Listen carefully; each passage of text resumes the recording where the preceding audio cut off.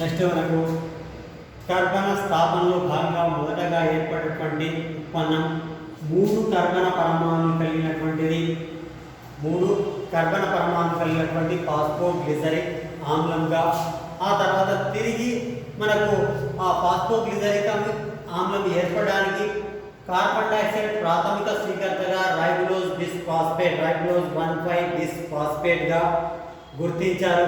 అయితే తిరిగి ఫాస్ఫోగ్లిజరిక్ ఆమ్లం అనేటువంటిది అనేక చర్యలు జరిగి తిరిగి రైబోలోజ్ బిస్ఫాస్ఫేట్ ఏర్పడేంత వరకు ఉన్నటువంటి దశను క్యాల్విన్ వలయము లేదా C3 వలయము అని చెప్పుకుంటాం.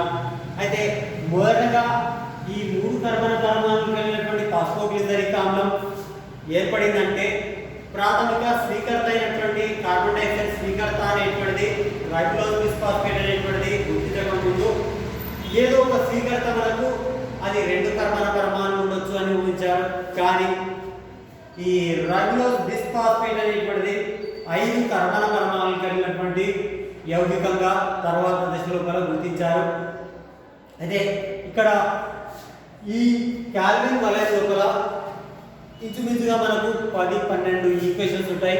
ఈ ఈక్వేషన్స్ అన్నీ కూడా ఇది ఫస్ట్ ఎక్స్ప్లెనేషన్ చేసిన తర్వాత ఇది మొత్తం క్రాస్ చేసి ఒక్కొక్క ఈక్వేషన్ మీకు రాస్తాను. కాకపోతే ఇది విన్న తర్వాత నేరుగా ఈ చార్ట్ వేసి మీరు పక్కన పెట్టుకొని ఆ వీడియో అనేటువంటిది చూడాలి. ఎందుకంటే ఆ ఈక్వేషన్స్ ఒక్కొక్కటి ఎట్లా రాస్తున్నాను ఇక్కడెక్కడ ఈక్వేషన్స్ రాస్తాయంతా కూడా మనకు మిస్టేక్ అవుతుంది. కాకపోతే ఒక్క ఈక్వేషన్ మీకు రాసి చూపిస్తాను.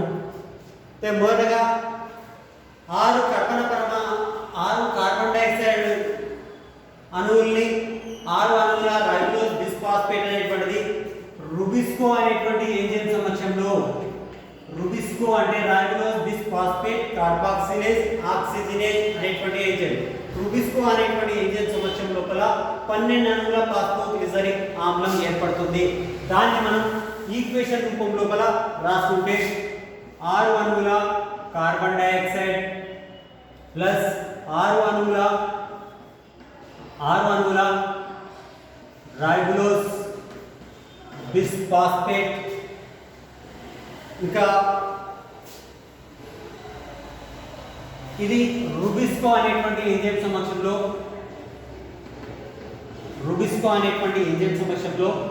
మనకు 12 అణువుల ఫాస్ఫోగ్లిజరిక్ ఆమ్లం అనేటువంటిది ఏర్పడుతుంది.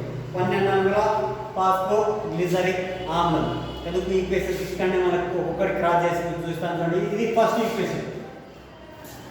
ఈక్వేషన్ ఇక్కడ 6 అణువుల రైబోలోజ్ బిస్ఫాస్ఫేట్ ప్లస్ 6 అణువుల కార్బన్ డయాక్సైడ్ మనకు 12 అణువుల ఫాస్ఫోగ్లిజరిక్ ఆమ్లం అనేటువంటిది ఏర్పడుతుంది. తిరిగి 12 అణువుల ఫాస్ఫోగ్లిజరిక్ ఆమ్లం అనేటువంటిది 12 అణువుల ఏటీపీలను వినియోగించుకొని ఫాస్ఫోరిలేషన్ చర్య జరిపి ఫాస్ఫోగ్లిజరోకైనేజ్ అనేటువంటి ఎంజైమ్ సమక్షంలో ఇక్కడ 12 అణువుల ఫాస్ఫోగ్లిజరిక్ ఆమ్లం ప్లస్ 12 అణువుల ఏటీపీ మనకు ఫాస్ఫోగ్లిజరోకైనేజ్ అనేటువంటి ఎంజైమ్ సమక్షంలో 1,3 బిస్ఫాస్ఫోగ్లిజరిక్ ఆమ్లం ఏర్పడుతుంది. దాంతో పాటుగా 12 అణువుల ఏడీపీ అనేటువంటిది ఉప ఉత్పన్నంగా ఏర్పడుతుంది.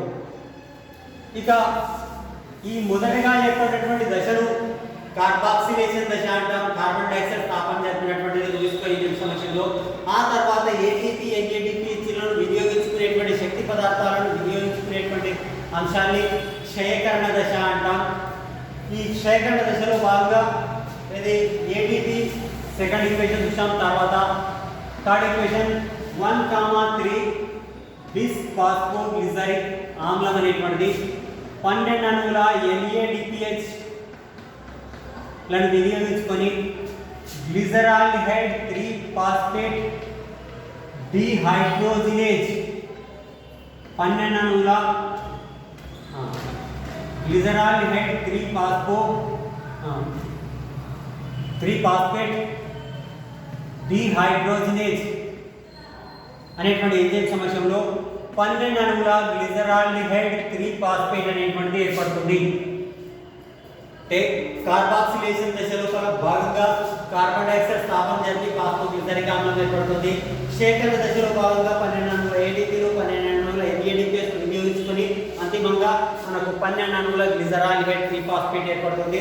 అందులో మొదటిగా 12 అణువుల ఫాస్ఫోగ్లిజరిక్ ఆమ్లం అనేటువంటి ఏడీపీలను వినియోగించుకొని 1,3 బిస్ఫాస్ఫోగ్లిజరిక్ ఆమ్లం గాను ఈ 1,3 బిస్ఫాస్ఫోగ్లిజరిక్ ఆమ్లము గ్లిజరాల్డిహైడ్ 3 ఫాస్ఫేట్ డిహైడ్రోజనేజ్ అనేటువంటి ఎంజైమ్ సమక్షం లోపల ఇది 12 అణువుల ఎన్ఏడిపిఎస్లను వినియోగించుకొని డిహైడ్రోజనేజ్ చర్య జరిగి 12 అణువుల గ్లిజరాల్డిహైడ్ 3 ఫాస్ఫేట్ ఏర్పడుతుంది.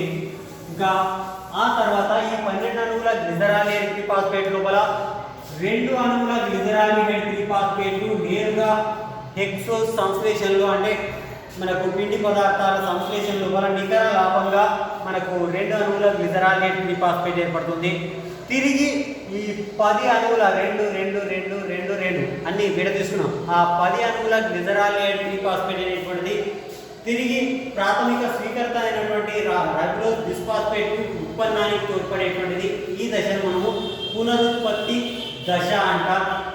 అందులో భాగంగా మనకు గ్లిజరాల్డిహైడ్ 3 ఫాస్ఫేట్లు మరియు dihydroxy acetone phosphate DHAP dihydroxy acetone phosphate అనేటువంటిది ట్రైయేస్ ఫాస్ఫేట్ ఐసోమరేజ్ అండి ట్రైయేస్ ఫాస్ఫేట్ ఐసోమరేజ్ అనేటువంటి ఎంజైమ్ సమస్య లోపల డైహైడ్రాక్సీ ఎసిటోన్ ఫాస్ఫేట్ గా సదృశ్య రూపాలు దానికి ఈక్వేషన్ మనం ఇక్కడ రాసుకుంటే ఇక్కడ 2 2 4 వేసుకున్నాయి. 4 అణువుల గ్లిజరాల్డిహైడ్ 3 ఫాస్ఫేట్ అనేటువంటిది ట్రైయేస్ ఫాస్ఫేట్ ఐసోమరేజ్ అనేటువంటి ఎంజైమ్ సమస్యలో 4 అణువుల డైహైడ్రాక్సీ ఎసిటోన్ ఫాస్ఫేట్ అనేటువంటిది ఏర్పడుతుంది. ఇంకా 4 ఈక్వేషన్ అయిపోయినాయి. 5th వన్ మనకి ఇక్కడ 2 అణువుల గ్లిజరాల్డిహైడ్ 3 ఫాస్ఫేట్ 2 అణువుల డైహైడ్రాక్సీ ఎసిటోన్ ఫాస్ఫేట్ 2 అణువుల గ్లిజరాల్డిహైడ్ 3 ఫాస్ఫేట్ ప్లస్ 2 అణువుల డైహైడ్రాక్సీ ఎసిటోన్ ఫాస్ఫేట్ అనేటువంటిది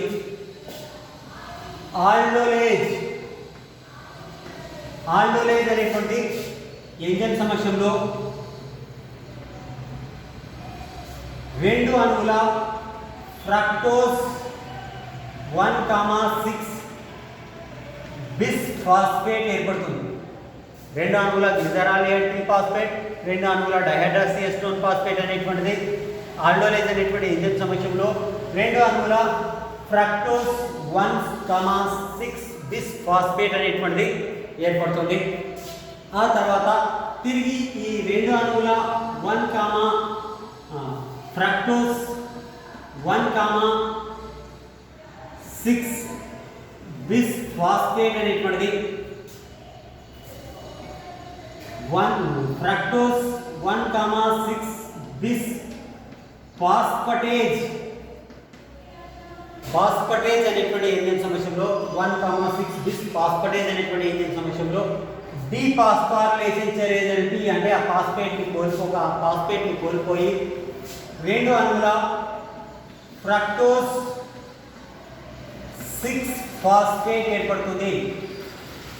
అంటే 1,6 ఉంది కదా, ఈ 1 వెళ్ళిపోతుంది అంటే ఒక ఫాస్ఫేట్ ఏర్పడుతుంది. 2 అణువులు కాబట్టి 2 అదస్త ఫాస్ఫేట్లు ఏర్పడుతున్నాయి. ఫ్రక్టోజ్ 1,6 బిస్ ఫాస్ఫటేజ్ అనేటువంటి ఎంజైమ్ సమస్య. ఆ తర్వాత ఈ 2 అణువుల ఫ్రక్టోజ్ 6 ఫాస్ఫేట్ అనేటువంటిది 2 అణువుల గ్లిజరాల్డిహైడ్ 3 ఫాస్ఫేట్ తో కలిసి ట్రాన్స్ కీటోలేజ్ అనేటువంటి ఎంజైమ్ సమక్షంలో ఇది ట్రాన్స్ కీటోలేజ్ అనేటువంటి ఎంజైమ్ సమక్షంలో 2 అదస్త పదార్థాలు ఉత్పన్నమవుతాయి. అందులో ఒకటి 2 అణువుల జైలులోస్ 5 ఫాస్ఫేట్ ప్లస్ 2 అణువుల ఎరిథ్రోస్ 4 ఫాస్ఫేట్ అనేటువంటి చూడండి, 2 అణువుల ఫ్రక్టోజ్ 6 ఫాస్ఫేట్, 2 అణువుల గ్లిజరాల్ 3 ఫాస్ఫేట్ అనేటువంటిది ట్రాన్స్ కీటోలేజ్ అనేటువంటి ఎంజైమ్ సమక్షంలో 2 అదర్శ పదార్థాలు ఉత్పన్నమవుతాయి. 2 అణువుల జైలులోస్ 5 ఫాస్ఫేట్, 2 అణువుల ఎరిథ్రోస్ 4 ఫాస్ఫేట్. ఆ తర్వాత క్రమం లోపల 2 అణువుల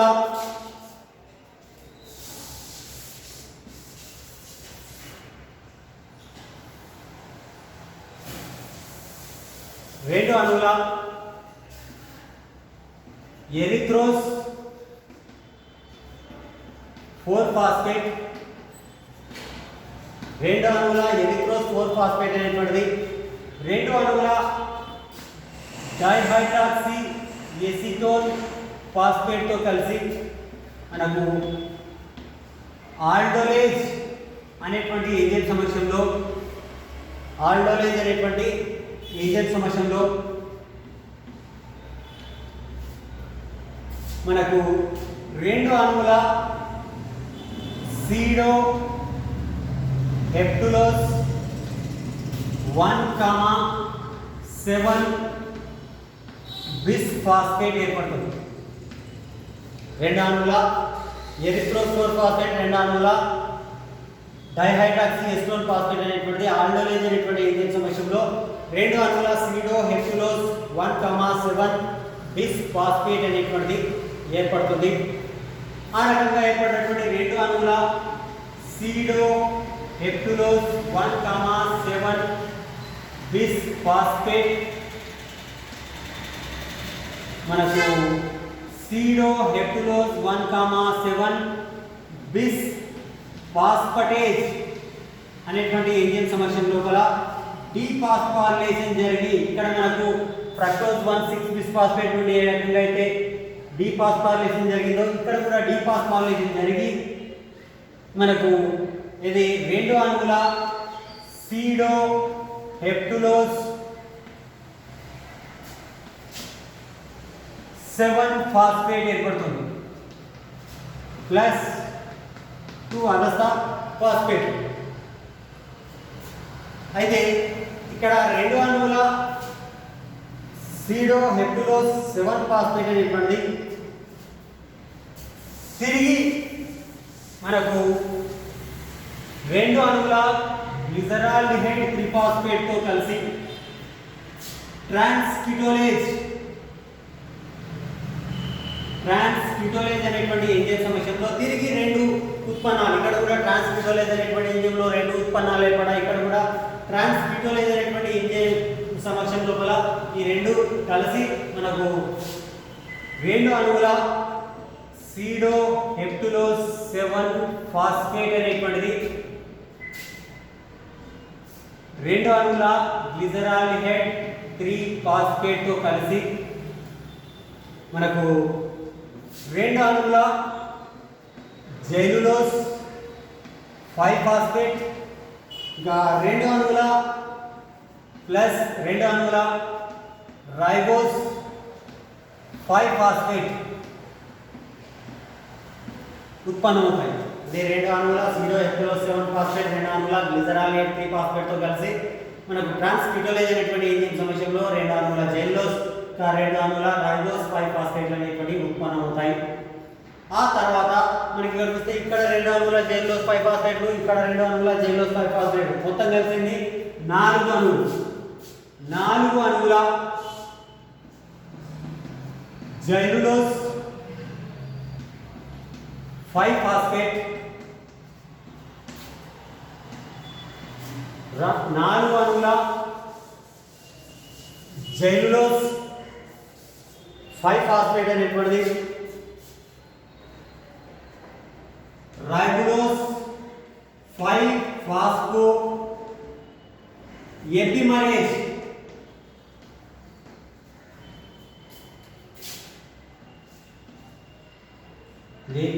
రైబోస్ 5 ఫాస్ఫో ఎపిమరేజ్ అనేటువంటి ఎంజైమ్ సమక్షంలో మనకు 4 అణువుల రైబోస్ 5 ఫాస్ఫేట్ ఏర్పడుతుంది. 4 అణువుల నుండి ఇక్కడ 4 అణువుల రైబోస్ 5 ఫాస్ఫేట్ ఏర్పడుతుంది. ఎన్ని 4 అణువులు. ఇంకా తిరిగి రెండు ఇక్కడ మిగిలినటువంటి రెండు అణువుల రైబోస్ 5 ఫాస్ఫేట్ అనేటువంటిది రైబోస్ 5 ఫాస్ఫో ఐసోమరేజ్ అనేటువంటి ఎంజైమ్ సమక్షంలో ఇక్కడ రెండు అణువుల రైబోస్ 5 ఫాస్ఫేట్ ఏర్పడుతుంది. అంటే రెండు అణువుల ribose 5 phosphate ribose 5 phospho isomerase enzyme సమక్షంలో రెండు అణువుల రైబోస్ 5 ఫాస్ఫేట్ అంటే ఇక్కడ 4 ఇక్కడ 2 మొత్తానికి ఇవన్నీ 6 అణువుల రైబోస్ 5 ఫాస్ఫేట్ అనేటువంటిది ఏర్పడుతుంది.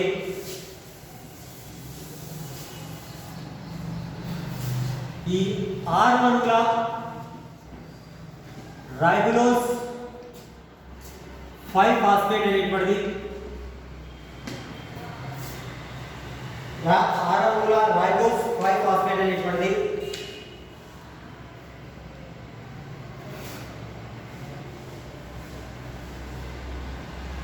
Ribose 5 phospho kinase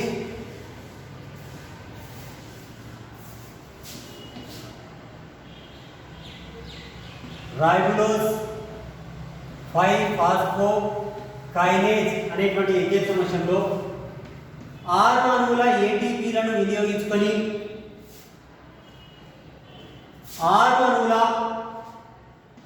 ribose 1,5 బిస్ phosphate ఏర్పడుతుంది. కానీ ఇక్కడ నేరుగా రైబోస్ బిస్ ఫాస్ఫేట్ అన్నారు. దానికి నిజానికి ఏంటంటే 6 అణువుల రైబోస్ 1,5 బిస్ ఫాస్ఫేట్. ఈ రకంగా క్యాల్విన్ వలయం లోపల కార్బాక్సిలేషన్ దశ, శేఖరణ దశ, పునరుత్పత్తి దశ ఈ చార్ట్ వేయడం వల్ల మీకు 3 మార్కులు ఇస్తాడు. యాన్యువల్ ఎగ్జామ్లో 8 మార్క్స్ క్వశ్చన్ ఇది. అందులోపల ఈ చార్ట్ వేస్తే మీకు 3 మార్కులు ఇస్తాడు. ప్రతి ఈక్వేషన్ కూడా వరుసగా రాస్తే మీకు 5 మార్క్స్, టోటల్గా 8 మార్క్స్ ఉంటుంది. ఖచ్చితంగా ఈ చార్ట్ మీకు మైండ్ లోపల ఉన్నప్పుడే ఈ ఈక్వేషన్స్ అనేటివి కూడా వరుసగా వస్తాయి.